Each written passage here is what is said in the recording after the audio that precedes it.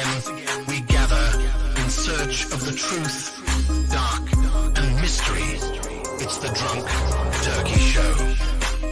Big development today in the investigation into the murders of 4 University of Idaho students. According to state and local officials and court documents, 28-year-old Bryan Christopher Kohberger has been arrested. He was arrested and arraigned this morning in Pennsylvania. We have new details on what Bryan Kohberger was doing right before his arrest. Police says a tactical team burst in to arrest the Idaho murder suspect. He was in pajamas and latest gloves, stuffing trash into Ziploc bags. Hey, greetings from the year 3000. It still sucks. This is Phil J. Pride, and you're listening to the Drunken Turkey Show.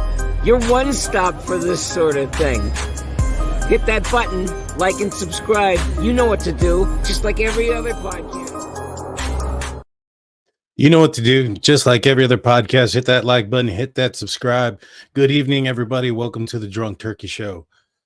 You know, we have some disturbing news that occurred earlier today. A 14-year-old student opened fire at a Georgia high school, killing 4 people.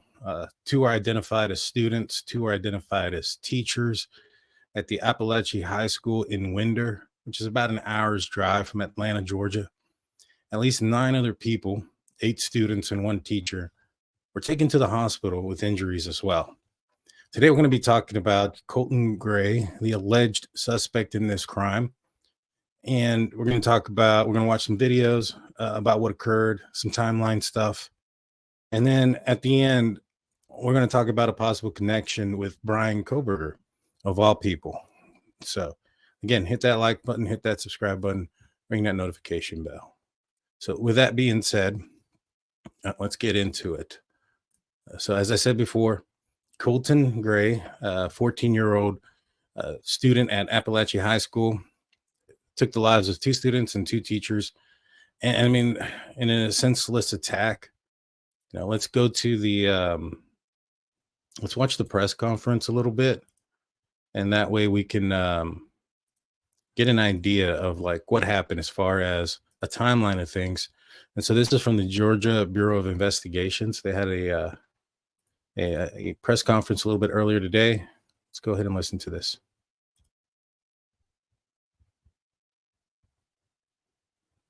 I am Chris Hosley, Director of the Georgia Bureau of Investigation, and we wanted to come back this afternoon and present you with a little more of a timeline of the events that have taken place here today and what we know up to this point with the investigation. At approximately 10:20 a.m. this morning, the Broward County Sheriff's Office received alerts about reports of an active shooter and radio traffic from school resource officers concerning the same concern, or having the same concern.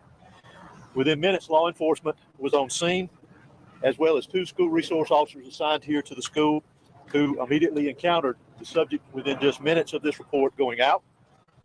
Once they encountered the subject immediately surrendered to these officers, and he was taken into custody.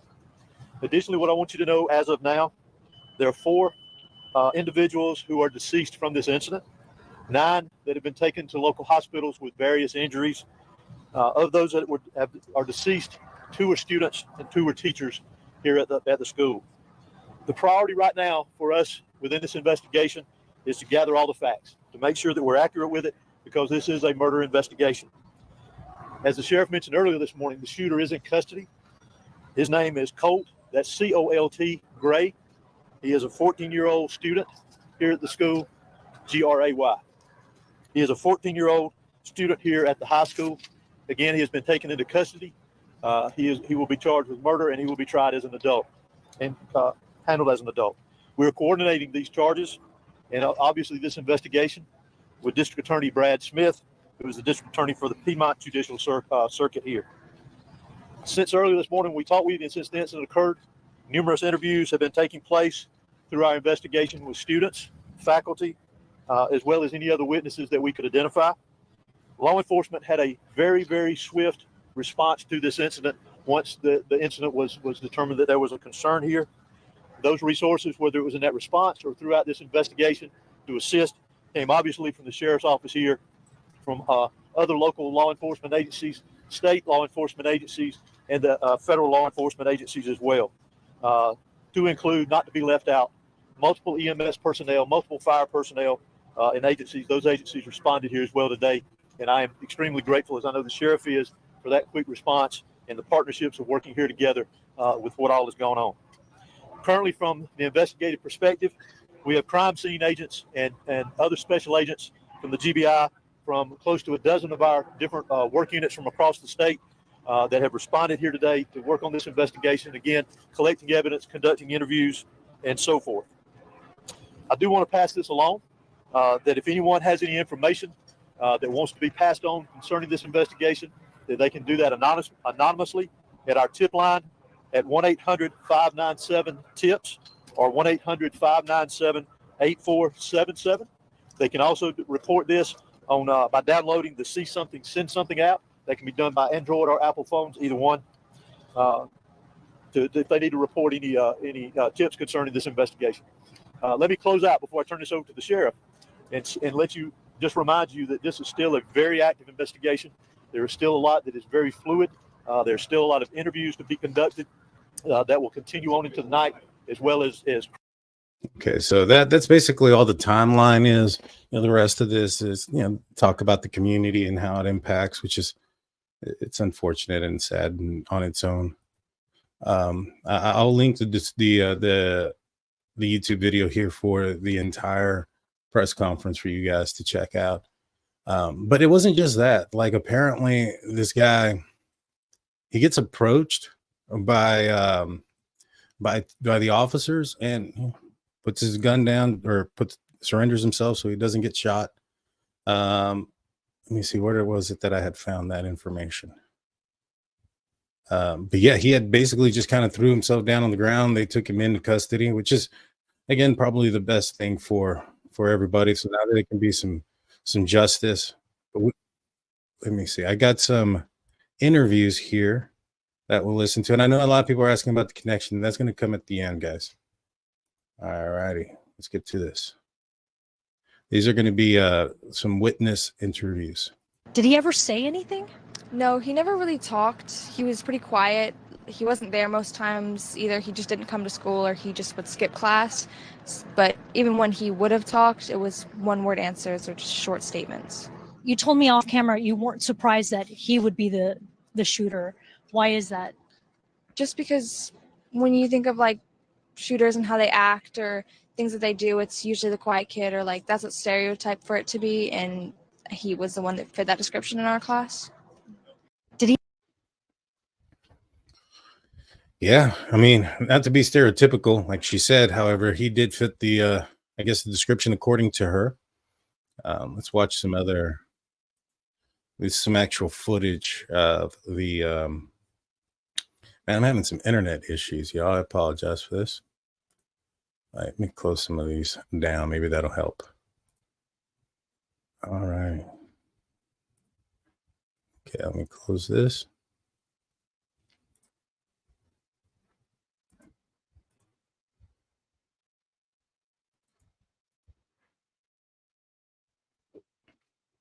Trying to get this to play. I apologize, but this is actually footage of the students leaving.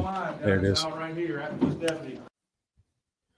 And I'll try to maximize this there.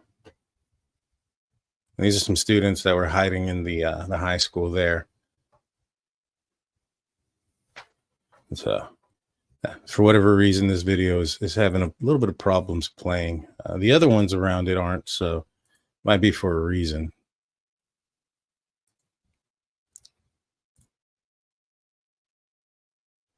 All right, let's watch this one. This is just some of the. Let me turn that down because that's super loud. But this is kind of the chaos that was going on out there. I'm gonna actually just kind of mute that because it's all sirens. Anybody listening on your phones, I apologize. Mine just went out too. All right, so here we go. It seems like it's gonna be one of those nights. I can see it in the corner of my screen where the little internet thing is kind of jacking up a little bit. All right, there it goes. It's a crazy scene out there. This is Appalachia High School. Give me a second.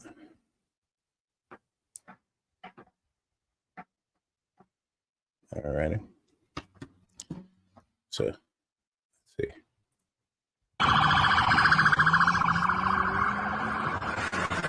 You can see a helicopter in the distance coming as well in the sky.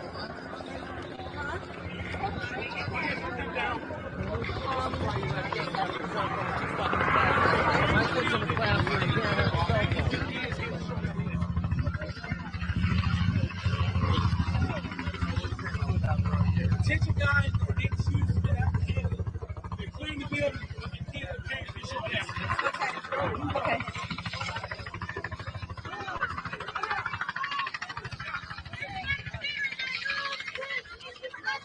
There goes my internet's back, by the way.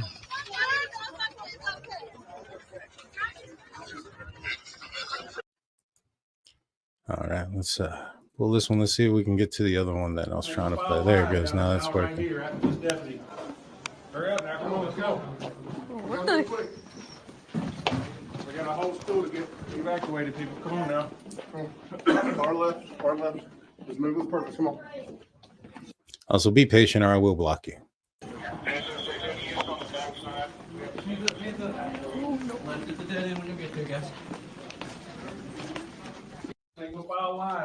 Terrifying. This is terrifying. Hurry up now, come on, let's go. What the? There's a couple of other interviews from a couple of students that were in class with him. Let's see if I can pull those up real quick. I know I had them. I got these images here. We can show real quick. And I wish I can zoom in on these things. So right here, you can actually see where one of the weapons was on the floor. Looks like a AR style weapon on the ground here. There appears to be something else back there.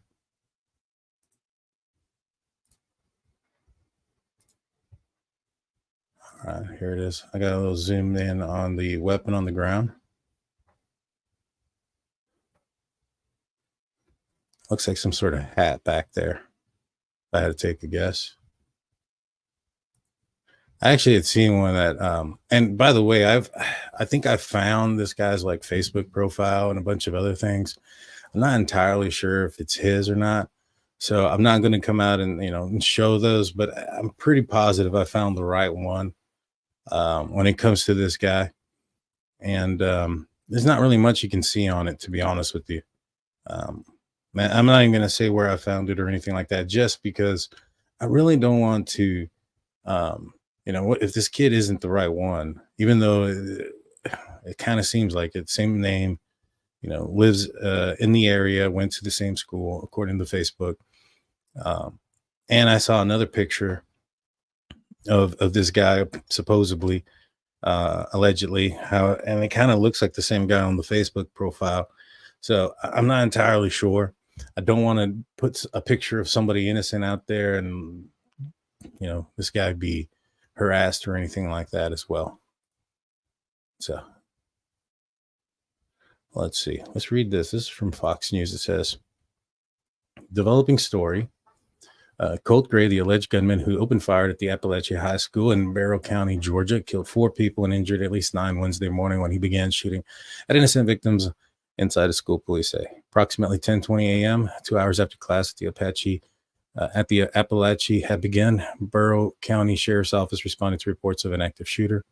I had seen an interview. I thought I had it up here. I guess I don't. Referencing the, I think I do have it. I think it's right here. Referencing what people knew when. Apparently, one of his classmates had an interview and said that he had asked to be excused, and then, yeah. All right, let's watch this one real quick. All right, continuing now with the breaking news again coming out of Winder, Georgia. We now know that 2 students and 2 teachers are dead following this school shooting. Said officers from multiple law enforcement agencies, fire and EMS personnel were dispatched to the school in response to the shooting. I heard like 12, 15 different gunshots. It was like boom, boom. Like the gunshots were so close to me, like my ears started ringing real bad. Like the whole classroom was smoking. I was in class and we heard shots. The teacher ran. slammed the door, made us all go in the corner. The FBI's Atlanta office says agents are on the scene and supporting local law enforcement. During the chaos, the school with about 1,900 students was placed on lockdown. They later evacuated to the school's football field and were cleared to reunite with their families. Georgia Governor Bryan Kemp says he directed all available state resources to respond to the incident. Dave Malkoff, CBS News, Winder, Georgia. Senseless stuff, y'all. Senseless stuff. This is just insane. And, I know there's going to be a lot of folks that are going to blame one thing or another, gun laws, the lack of guns around, the lack of armed teachers, whether there should be more guns or less guns. At the end of the day, something really needs to happen to change, because this is our nation's children. I mean, this is the future. These are our kids that are going to these schools. I had family who used to live very close to this place. And so this, not too far, but I want to say within about 30 minutes of this place. And so kind of close to home, so to speak, when it comes to I've been to this area when I went to go visit my family out there. So it's just insane. All right. So here it is. Let's see. I want to see if I'm at the right one. All right, yeah, here it is. So this is the one actually we were reading before, and this kind of talks about when they encountered Colton Gray. It says, within minutes, law enforcement was on the scene, as well as 2 resource officers assigned here to the school. Borough County Sheriff Judd Smith told reporters during a press conference on Wednesday. Once they encountered the subject immediately surrendered to these officers and was taken into custody. The official said the 4 victims who were taken were 2 students and 2 teachers. The surviving victims were taken to a local hospital. So as soon as he came in contact with authorities, he gave up.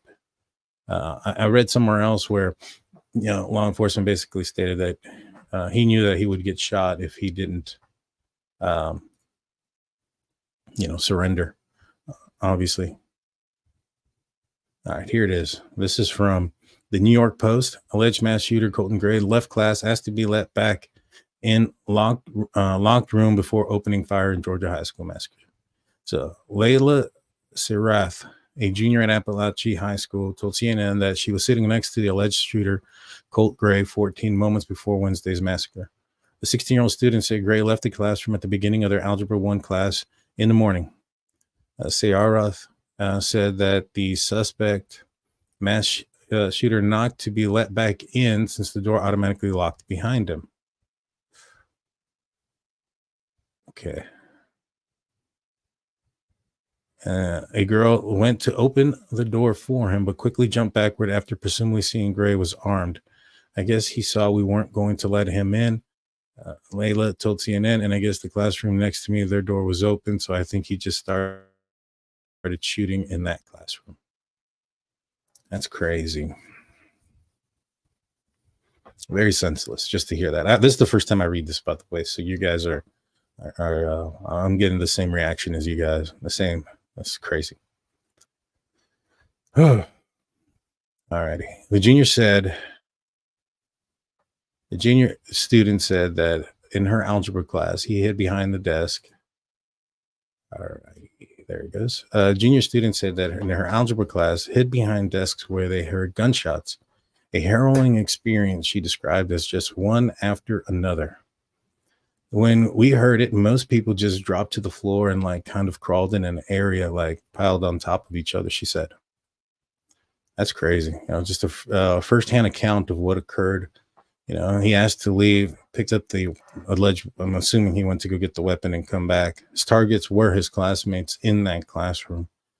And the only reason he went down to the next one was because it was locked. I agree with you, Kelly. There are survivors and definitely traumatized. 100%. Let's continue this. All right. So they are going to be charging him as an adult as well. So that was one of the things that came out as well. So even though he's 14, he's going to be charged as an adult. Let's see. It was. And so, yes, I see in the in the live chat here, somebody said that he was investigated by FBI before, and that is true. Let's see if I can find that story. I had it here. Give me 1 second. Okay. 9 were injured, 400. But yeah, according to what I was able to find was that, here it is. This comes from the New York Times. The suspect had been on the radar on law enforcement officials for more than a year ago in connection with threats of a school shooting posted online.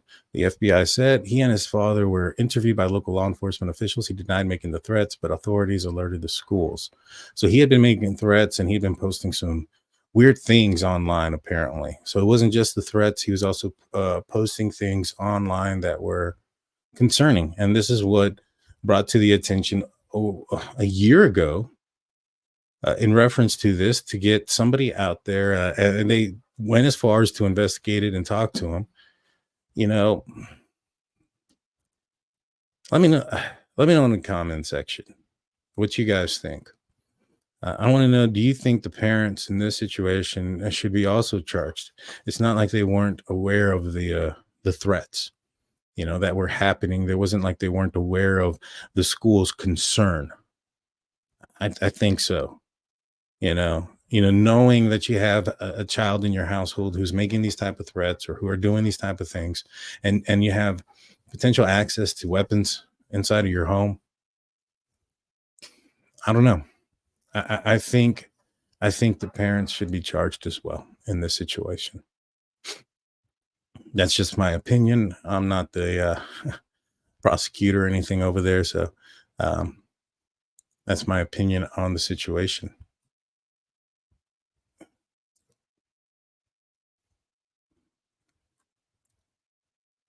All righty. So, and this ain't going to be that long of a show tonight, guys. But one of the other things that Colt Gray apparently have been posting up, or apparently following, and this is where the connection comes. And again, I'm not entirely sure this is his. This was sent to me, 14 from Georgia. And these online posts were from quite a while ago. I think this one was from March 29th. So this would have been last school year.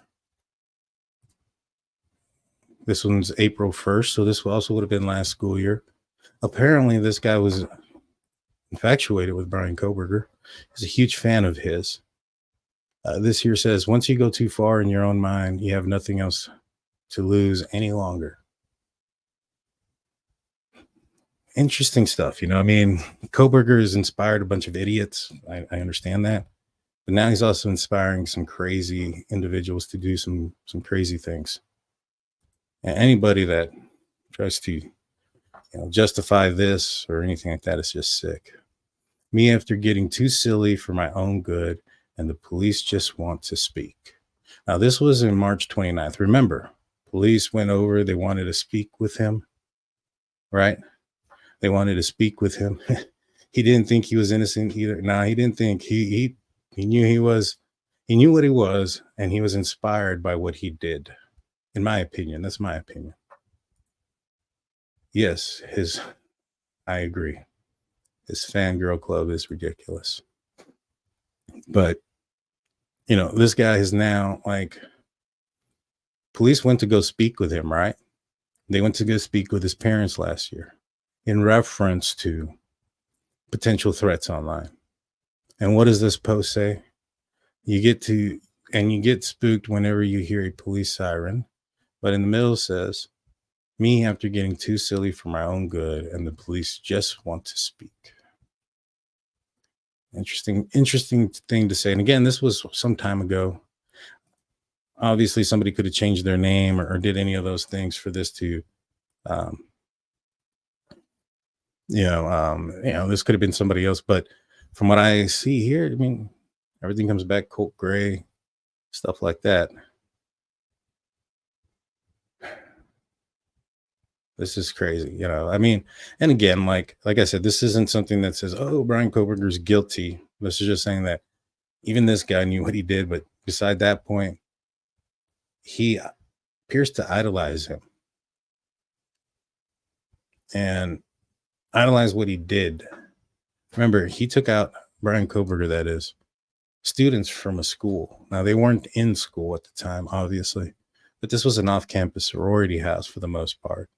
Everybody that was involved in that house was either, including Ethan, a part of a sorority or fraternity. It's a sad case, a sad situation.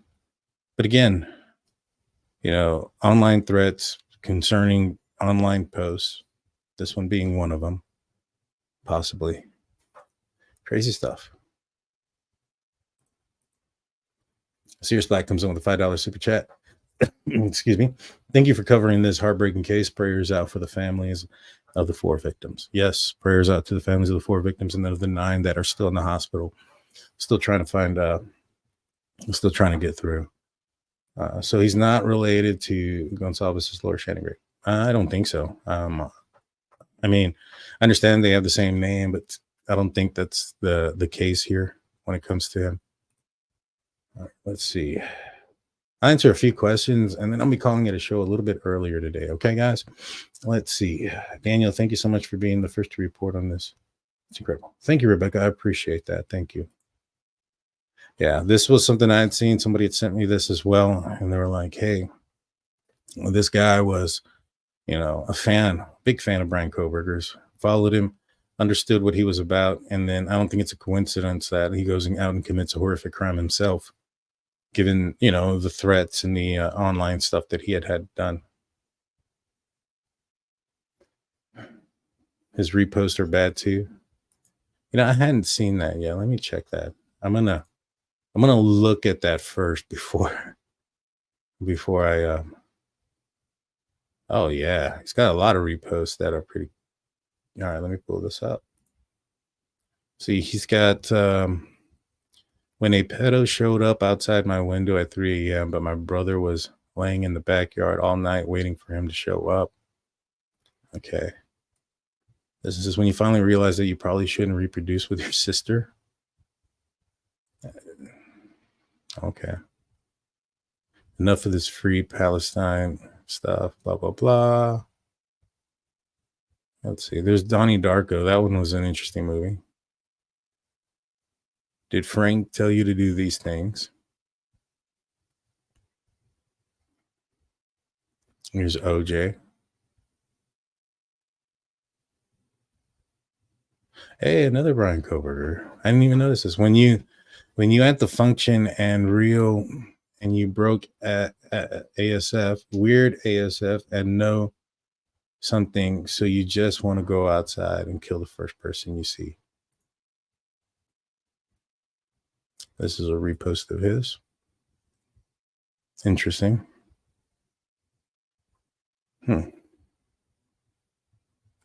Interesting stuff. All right, guys, if you guys have any questions, please put a couple stars there. I'll answer them. If not, I'll be jumping off here in the next couple of minutes. Let's see. Not seeing anything yet. So we're going to be coming back. Just everybody's information. We'll be coming back on the show. Myself, I'm not sure if Big Blue's going to be joining me this weekend. We'll be back either Saturday. We'll be back on Saturday. And let me rephrase that, because on Sunday is football. I will not be coming back on Sunday. I will be back on Saturday. We might do a members only, maybe Tuesday or so. I do have a special guest on Wednesday. His name's Ken. He is a former FBI snitch, former drug pin. He has a book out there called One Step Over the Line. He'll be joining us 1 week from today, Wednesday, talk about his life experiences, how he became a snitch, and how it affected his life. You don't want to miss it, so please hit that like button and subscribe button. He was vegan too. I mean, I don't want to put any thing on anybody that's vegan, but how long has he been vegan? Is it just when he found out about Bryan Kohberger? Could that be a Bryan Kohberger thing? It's weird. Why charge a 14-year-old as an adult? Because the crime was considered serious enough to be charged as an adult. If you commit an adult crime, in certain places, you will be charged as an adult. How do you become a member? All righty. So to become a member, you can either go, if you're on your phone, there should be a join button. If it's not there, if you're like on Apple or iPhone, hit the description. It says to become a member. There's a link. You can click on that and that'll take you to the membership. I used to be vegan, Daniel, and yeah, it's bad. Does it affect your mind? Like, I've never been vegan, obviously. I think the closest I've been to being vegan is eating a cheese pizza. And even at that, I don't think that's vegan because I think the milk from the cheese. So I'm probably wrong. I've never done that. I don't know if it messes with you or anything like that. Everything goes. Interesting. Michelle says she's vegan. How is your, I'm not going to, I don't want to, like I said, I'm not going to downplay anybody who's just because they're vegan or anything like that, or disparage anybody from it. I've never done it myself. But have you had any effects, Michelle? I'm just curious.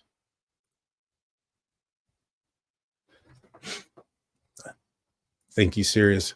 Here is the link here. In fact, let me go over here real fast and put it up there in the at the top. I'm gonna pin it real quick, even though I'm only going to be on for another couple minutes. Let's see, pin message. There it is. So it's pinned there at the top. Thank you so much, Sirius, for helping me out with that. Michelle says it doesn't mess with my mind. Good deal. Yeah, it might be a personal, anecdotal type of thing, person to person. I think when it comes to Bryan Kohberger, though, there's some other factors. It's not just the vegan stuff. It's why he was doing the vegan stuff. Apparently, he was having some adverse effects to the medication, according to his Tappa Talk, and that he found the vegan lifestyle to assist him with the symptoms of visual snow, and also from the medication that he was on for visual snow or whatever it was. And that's why he had gone vegan. It wasn't necessarily because of, saving, animals or any of those type of things. It had more to do with his side effects, so to speak. So take that for what it is. Sounds like he was on some pretty gnarly medication, Bryan Kohberger, that is. I wouldn't be surprised if this guy, Colton Gray, was also on some pretty strong medication. That seems to be a pretty consistent thing, right? That we're seeing when it comes to mass shooters or mass murderers or alleged murderers, is that they have a history of being on some pretty strong stuff, right? It's I don't know if there's a history. I mean, if there's a study on it or anything like that, but there definitely should be. Now, I know Big Pharma probably wouldn't want that out there, because if you're able to show statistically that medications that we're feeding our children that are supposed to be helping them psychologically are messing up even more, probably won't be in the best interest of their pocket. And I'll just be honest with you on that. I'm not a big fan of Big Pharma. I'm not a big fan of big government or any of those things. And so I think it's all a conspiracy. Like even insurance, to be honest with you, like medical insurance. I didn't have medical insurance for the longest time because I was self-employed, and I didn't have benefits. It wasn't until my wife got a regular job and she gave me benefits. But up until that point, I was what's called 1099 self-employed, and so I didn't have any. And what I quickly realized is when I went to a doctor's office, those that had co-pays and stuff like that, they were paying $80 a visit. Because I didn't have insurance, they gave me a discount. I was paying $50 a visit. When I had to get x-rays one time, instead of, because I was self-pay, they only charged me $500. And in some other places, that's not even the deductible to get the x-rays. And so I say that to say that, try to go and price match your medical stuff and see if a doctor will tell you anything. The first thing they're going to ask you is like, well, let's see what your insurance says and how much they're willing to give us. And all that does is end up equating into a penalty for everybody else, because now medical insurance companies are paying out more and more because doctors and hospitals are charging more and more, which is affecting everybody's premiums. So I think it's a big scam. That's just my 2 cents. You don't have to agree with me. I apologize if I went too far on that, but that's my little rant of the day. All righty. This is a new low. Yeah, Yeah, you don't have to be here. Goodbye. All righty. You're welcome. Appreciate that. Let's see. MK Ultra.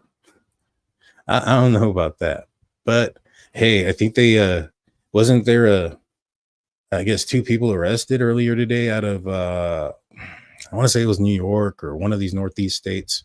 They were sending out things to China. There was a Chinese spy. So I don't know. I mean, you never know how much crazy stuff can go on are going on right now. That just happened. Now, you know what? I'm not even seeing that on the news. You know, that this Chinese spy that used to be one of our somebody in our that was an elected official, and there you go, Chinese spy just happened. Thank you, Mary. I appreciate that.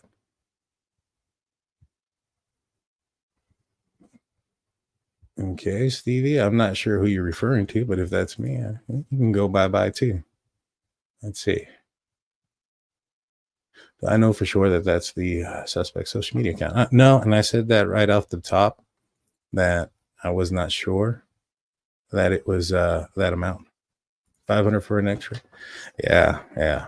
But go see how much they charge you for it to your insurance and the deductibles and stuff. My daughter had one of those, and it was deductibles, man, they suck. Let's see.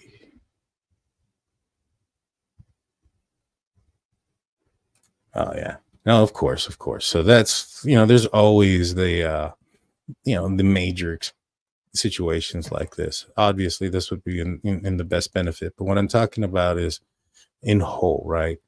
Because even if, let's just say, if if insurances were fair and so were the hospitals, and they weren't trying to take advantage of each other and people as a whole, that treatment may not have cost north of $2 million, and your premiums and everybody else's premiums wouldn't be as high. But there's no, when you have the government on the side of big pharma and insurance and stuff like that, it just makes it kind of, where can you go? What can you do? You know what I'm saying? So I get you though. I don't fault anybody for having insurance. I have insurance now because of my wife, but I don't fault anybody for having insurance. Let's see. And I hope your daughter's doing well, by the way. I hope she's good. Let's see.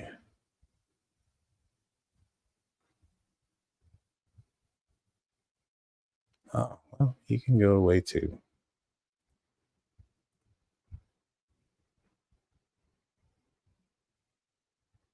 All righty. I think I'm caught up now. Let's see. Do I think Oswald shot Kennedy?